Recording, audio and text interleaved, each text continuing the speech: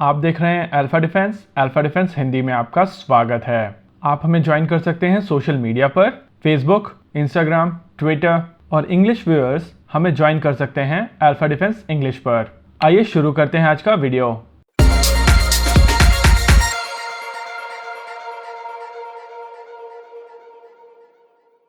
आज की इस वीडियो में हम लोग बात करेंगे next generation anti radiation missile के बारे में। कल यानी कि 9 तारीख को डीआरडीओ ने इस मिसाइल का सफल परीक्षण किया था। इस मिसाइल को लॉन्च किया गया था Su-30 MKI से और प्रेस रिलीज के हिसाब से इस मिसाइल की परफॉर्मेंस बिल्कुल वैसी थी जैसी एंटिसिपेट की गई थी, यानी कि ये टेस्ट पूरी तरीके से सक्सेसफुल रहा था। आज के इस वीडियो को हम लोग 4 हिस्सों में बांटेंगे। पहले हिस्से में हम लोग समझेंगे इस मिसाइल की एप्लीकेशन क्या है और कहां इस तरीके की मिसाइल को यूज किया जाएगा। दूसरे हिस्से में इस मिसाइल की टेक्निकल डिटेल्स को हम आपके लिए सिंप्लीफाई करेंगे। तीसरे हिस्से में हम लोग कंपेयर करेंगे इस मिसाइल को AGM-88 हार्म के साथ में। फिर समझेंगे इस मिसाइल की थोड़ी सी हिस्ट्री और आने वाले फ्यूचर के बारे में। शुरुआत करते हैं इसकी यूजेबिलिटी को लेकर। रुद्रम 1 एक एंटी रेडिएशन मिसाइल है और इस मिसाइल में प्रयोग किया जाता है एक पैसिव सीकर का, यानी कि ये मिसाइल दुश्मन के रेडार से आ रही तरंगों को सेंस करती है और उसको फॉलो करते हुए उसको डिस्ट्रॉय करती है। इसको समझते हैं एक एग्जाम्पल की मदद से। इमेजिन कीजिए कि एक एयरक्राफ्ट एनिमी एयर स्पेस में घुसता है तो इस एयरक्राफ्ट के ऊपर एनिमी रेडार की तरंगें आकर लगेंगी, क्योंकि enemy air defence system continuously इस एरिया को मॉनिटर कर रहे होंगे और इस एयरक्राफ्ट की स्किन के ऊपर से ये तरंगें टकरा के वापस से रेडार के पास में जाएंगी, जिसके माध्यम से ये रेडार इस एयरक्राफ्ट को डिटेक्ट कर पाएगा और कंटिन्यूसली स्कैन करते हुए इन्हीं रिफ्लेक्टेड तरंगों की मदद से ये रेडार इस एयरक्राफ्ट को ट्रैक कर पाएगा। डिटेक्शन और ट्रैकिंग 2 अलग अलग चीजें हैं। डिटेक्शन के लिए एक स्कैन काफी है, लेकिन ट्रैकिंग के लिए कंटिन्यूअसली इस रेडार को एयरक्राफ्ट को मॉनिटर करना पड़ेगा, यानी कि कंटिन्यूअसली एयरक्राफ्ट के ऊपर इसको अपनी तरंगें मारनी पड़ेंगी। ऐसी सिचुएशन में अगर इस एयरक्राफ्ट के पास में रुद्रम मिसाइल है तो वो इस रेडार के ऊपर इस मिसाइल को चला सकता है और ये मिसाइल इस रेडार से आ रही तरंगों के ऊपर लॉक हो जाएगी और जहां से भी ये रेडार की तरंगें आ रही हैं वहां जाकर इस रेडार को ध्वस्त कर देंगी।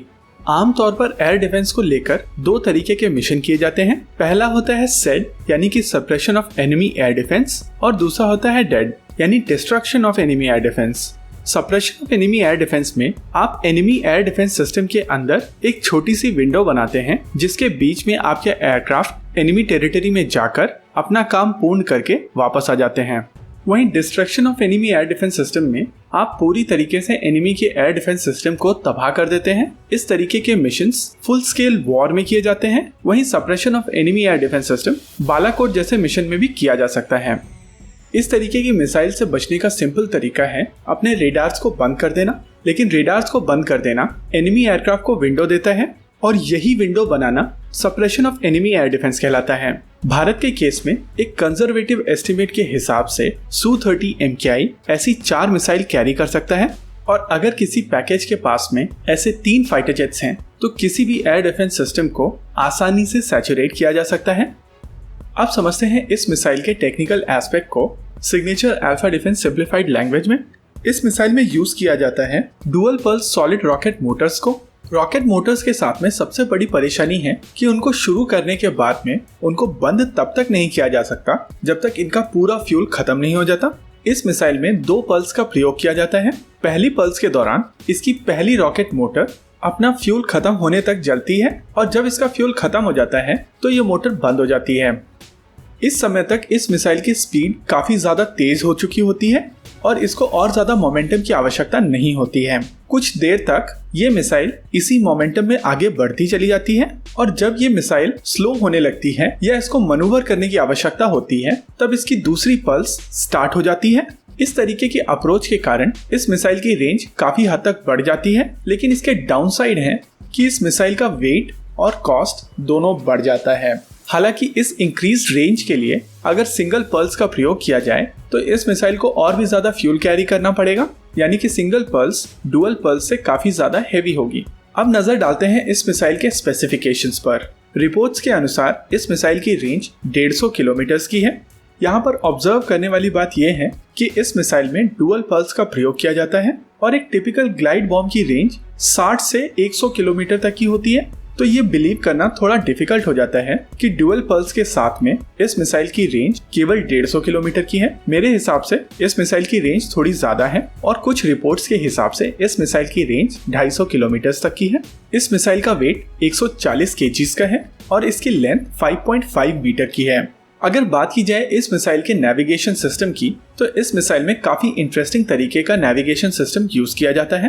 एयरक्राफ्ट से लॉन्च होने के बाद में ये मिसाइल इनर्शियल नेविगेशन का प्रयोग करती है और इस फ्लाइट के दौरान जीपीएस या नाविक से भी ये मिसाइल सिग्नल्स लेती रहती है और क्यूमुलेटिव एरर्स को, यानी कि जो इसकी डिफाइंड ट्रेजेक्ट्री है, उससे ये मिसाइल जो थोड़ा बहुत इधर उधर होती है उसको कैलकुलेट किया जाता है और इस डेटा के अनुसार ये मिसाइल अपनी ट्रेजेक्ट्री को रेगुलरली करेक्ट करती रहती है। लेकिन जब ये मिसाइल अपने टारगेट के पास पहुंच जाती है तो इस मिसाइल के रेडॉम के अंदर जो एक मिलीमीटर वेव रेडार होता है वो टारगेट को डिटेक्ट करता है, जिसके बाद ये मिसाइल अपने ऑप्टिकल फ्यूज के माध्यम से टारगेट के करीब पहुंचकर वॉरहेड को डिप्लॉय कर देती है। अगर इस मिसाइल के सारे पार्ट्स को ध्यान से समझा जाए तो इस मिसाइल के नोज कोन में एक मिलीमीटर वेव रेडार सीकर होता है। इस रेडार सीकर के तुरंत पीछे नेविगेशन सिस्टम और इलेक्ट्रॉनिक्स है। उसके तुरंत पीछे इसकी कंट्रोल मैकेनिज्म है जो इस मिसाइल को अपनी ट्रेजेक्ट्री पर बने रहने में मदद करती है। उसके पीछे इस मिसाइल की दोनों मोटर्स हैं और आखिर में ब्लास्ट ट्यूब है, यानी कि आने वाले समय में इस मिसाइल का सीकर चेंज करके अस्त्रा मार्क 2 बनाई जा सकती है। आइए अब कंपेयर करते हैं इस मिसाइल को यूनाइटेड स्टेट्स ऑफ अमेरिका की AGM-88 हार्म मिसाइल के साथ में। इस कंपैरिजन को हम लोग 4 पैरामीटर्स पर देखेंगे। ये पैरामीटर्स हैं इन मिसाइल्स की रेंज, इनके वेट, इनकी लेंथ और इनकी स्पीड। अगर बात की जाए रुद्रम की रेंज की, तो इसकी रेंज 150 किलोमीटर बताई जा रही है, लेकिन कुछ रिपोर्ट्स के हिसाब से इस मिसाइल की रेंज 250 किलोमीटर तक की है। वहीं हार्म की रेंज 150 किलोमीटर से थोड़ी ज्यादा है और इस मिसाइल के एक्सटेंडेड रेंज वेरिएंट के ऊपर काम किया जा रहा है। इस मिसाइल का एक्सटेंडेड रेंज वेरिएंट तकरीबन डबल रेंज का होगा। रुद्रम का वेट 140 केजी का है, वहीं इसकी कंपैरिजन में हार्म का वेट 355 किलो का है। हार्म की तुलना में रुद्रम की लेंथ थोड़ी ज्यादा है, ये 5.5 मीटर की मिसाइल है, वहीं हार्म की लेंथ 4.1 मीटर की है। स्पीड की बात की जाए तो रुद्रम की स्पीड 2 माक तक बताई जा रही है, वहीं हार्म की स्पीड 1.8 माक की बताई जाती है। लेकिन यहाँ पर सबसे इम्पोर्टेंट चीज ये है कि हार्म 1983 का डिजाइन है और तब से अब तक इस मिसाइल को कितने सारे मिशंस में यूज किया गया है। ये यूनाइटेड स्टेट्स ऑफ अमेरिका और एलाइज की suppression of enemy air defence role के लिए नंबर 1 चॉइस रही है। वहीं रुद्रम के ऊपर काम शुरू हुआ था साल 2012 में और साल 2014 तक इंडियन एयरफोर्स की तरफ से इस प्रोजेक्ट में बहुत ज्यादा इंटरेस्ट नहीं दिखाया गया था। साल 2014 में ही इंडियन एयरफोर्स की तरफ से इंटेंट दिखाया गया 1500 AGM-88 हार्म मिसाइल्स को लेकर।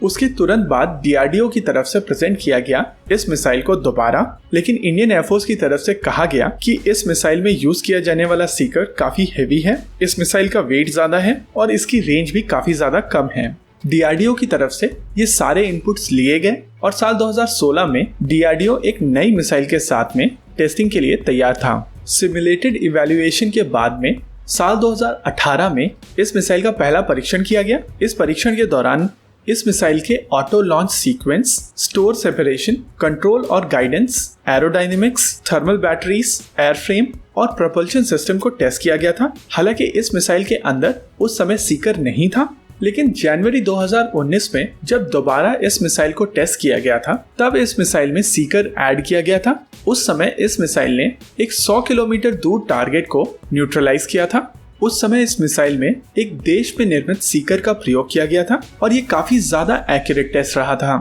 भारतीय वायुसेना के लिए ये एक बहुत ही बेहतरीन एडिशन होगा और क्योंकि भारतीय वायुसेना का Su-30 MKI कम से कम 4 ऐसी मिसाइल कैरी करने में सक्षम होगा, ऐसे में भारतीय वायुसेना की suppression of enemy air defence capability काफी हद तक बढ़ जाएगी। वैसे अगर थोड़ी सी एक्सपेक्टेशन की बात की जाए तो मैं चाहूंगा कि भारतीय वायुसेना आने वाले समय में एक माल्ड जैसा सिस्टम और एक्वायर करे।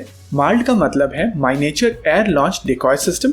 इस डिकॉय को जब लॉन्च किया जाता है तो ये एनिमी रेडार्स को फॉल्स सिग्नेचर भेजता है और उनको लगता है कि बहुत सारे फाइटर जेट इस इलाके में आ चुके हैं। माल्ड, हार्म और जेसो का कॉम्बिनेशन बहुत ज्यादा डेडली है और भारत के केस में हार्म का काम रुद्रम करेगी, जेसो का काम DRDO 100 कर सकता है और यहाँ पर केवल एक मिसिंग पीस है, वो है माल्ट। और फिलहाल इस तरीके का कोई प्रोजेक्ट मेरी जानकारी में DRDO के पास नहीं है। इस वीडियो में रखते हैं केवल इतना ही। आपको क्या लगता है बताइए हमें कमेंट सेक्शन में। आगे आप कौन सा वीडियो देखना चाहते हैं बताइए हमें कमेंट सेक्शन में। वीडियो को अंत तक देखने के लिए धन्यवाद। अगर आपको वीडियो पसंद आया हो तो आप इसे अपने दोस्तों के साथ जरूर शेयर करें, और अगर नहीं पसंद आया तो बताइए हमें कमेंट सेक्शन में आखिर क्यों। देखते रहिए अल्फा डिफेंस। धन्यवाद। जय हिंद।